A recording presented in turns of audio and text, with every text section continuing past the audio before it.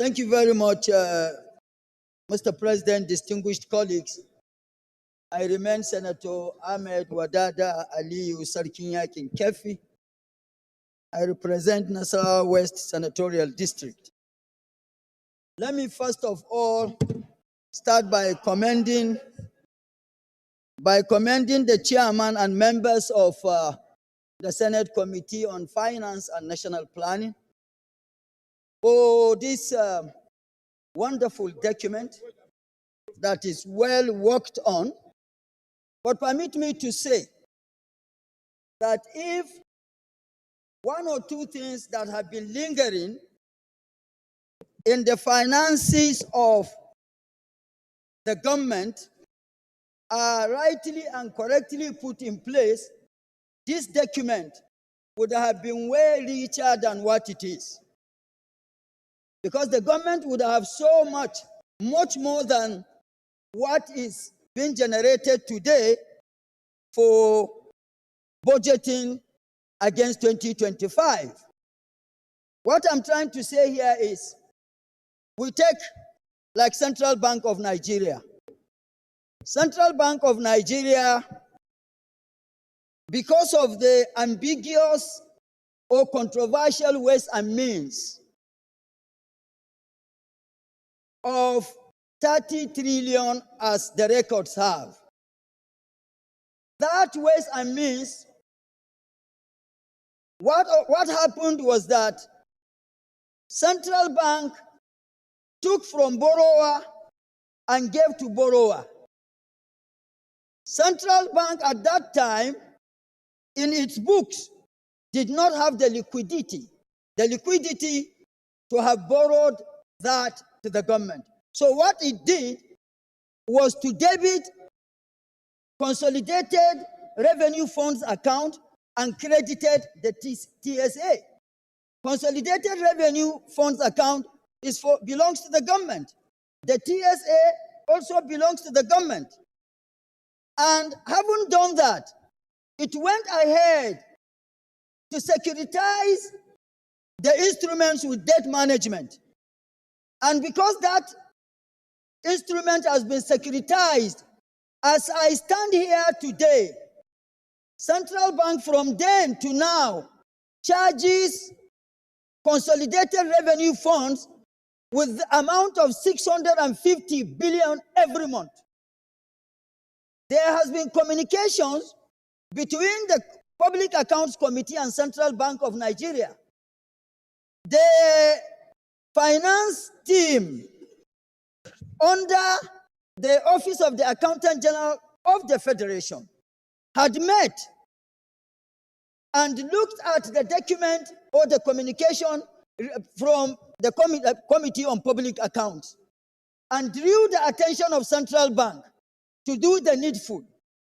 All efforts to get Central Bank to do this hasn't been in place. You can imagine if the 650 billion, which now has accumulated to over 6 trillion, were to be free for this committee to incorporate it or integrate it into MTEF.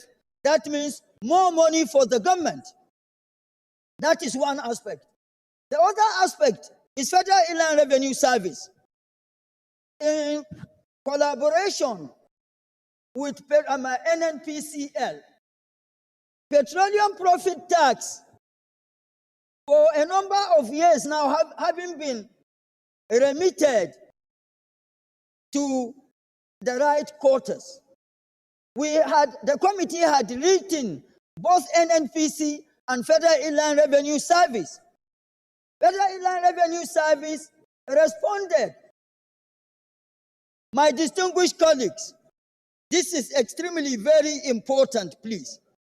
Federal Inland Revenue Service responded with documents that have been typexed and handwritten, acclaimed to be from JP Morgan.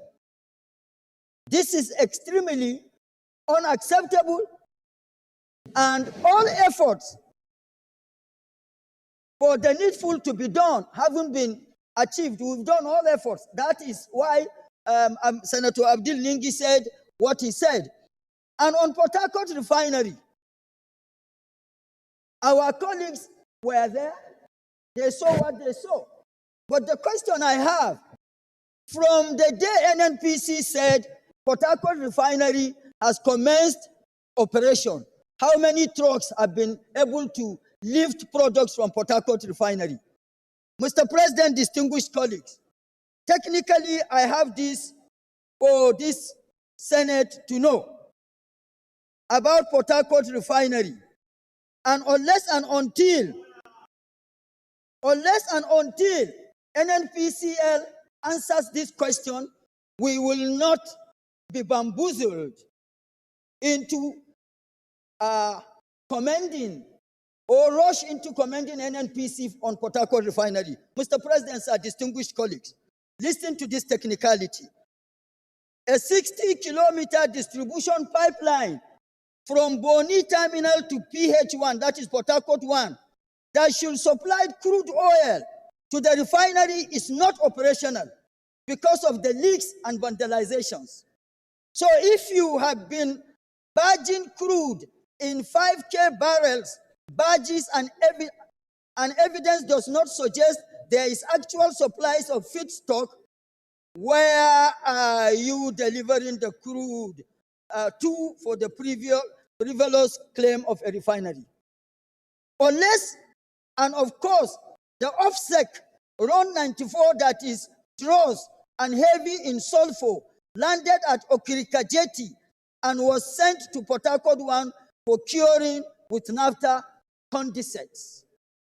This is the time for the National Assembly leadership on mid and downstream to step in and compel the NMDPRA and Standard Organization of Nigeria to organize a third-party Robin Roundtable for verification of the octane rating and sulfur level of the so-called products trucked out to ensure it complies with AFRI 5 framework.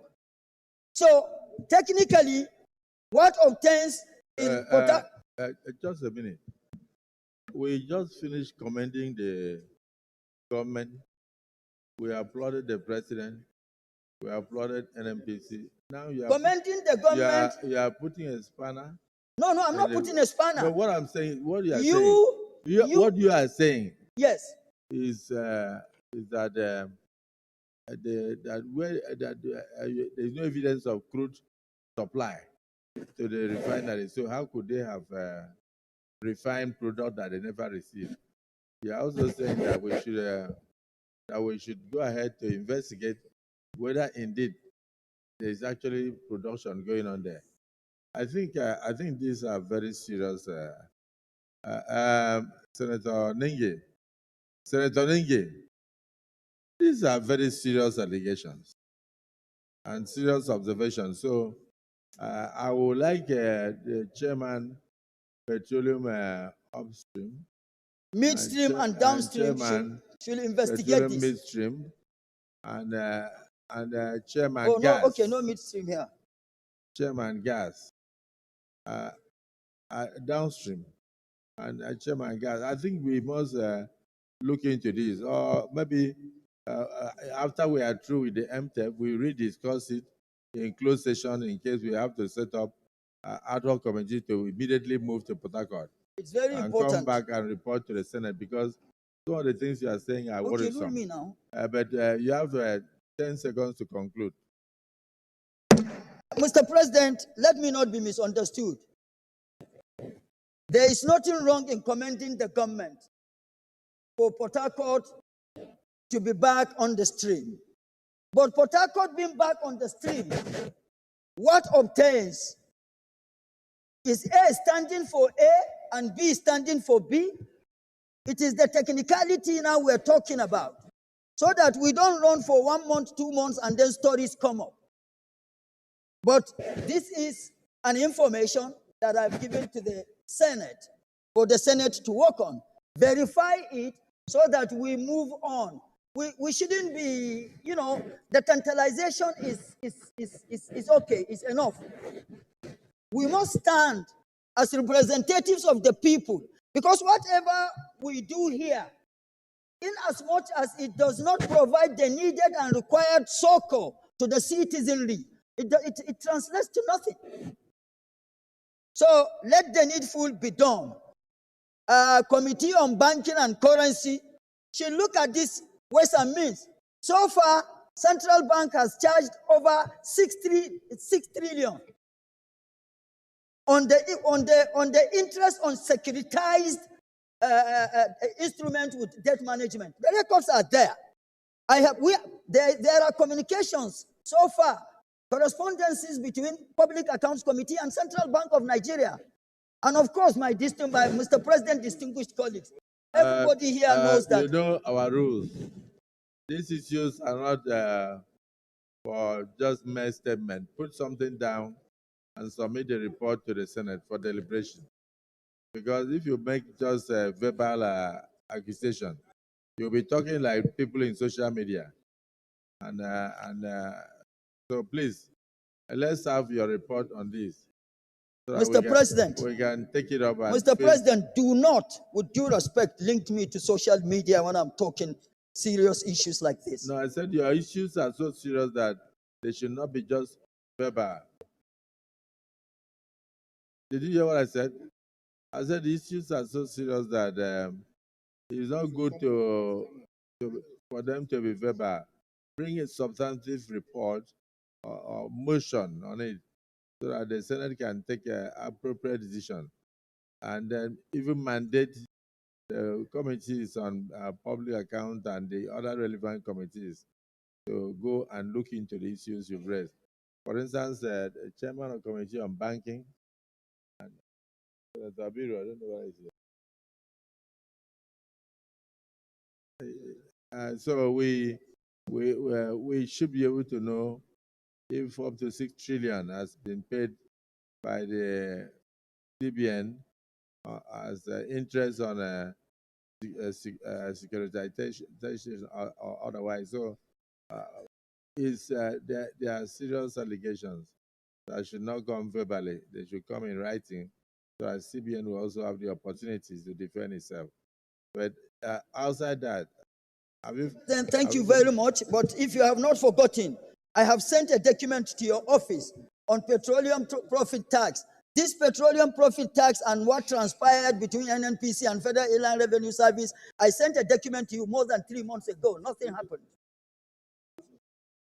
Okay, so Chairman, Public Account, please bring a motion on it. I have gone through your document, and it's not personal. It's for the Senate to take a decision. So bring a motion on it. Distinguished colleagues, let us look at the recommendations so that we can close. Karimi. The recommendation 1, the projected oil benchmark price or prices are USD $75 for 2025, USD 76.2 for 2026, and USD 75.3 for 2027 per barrel, respectively. Those in support of recommendation 1 say aye. Those against say nay. The ayes have it. Recommendation 2, 3, 4, and 5. Those in support of recommendations 2, 3, 4, and 5 say aye. Those against say nay.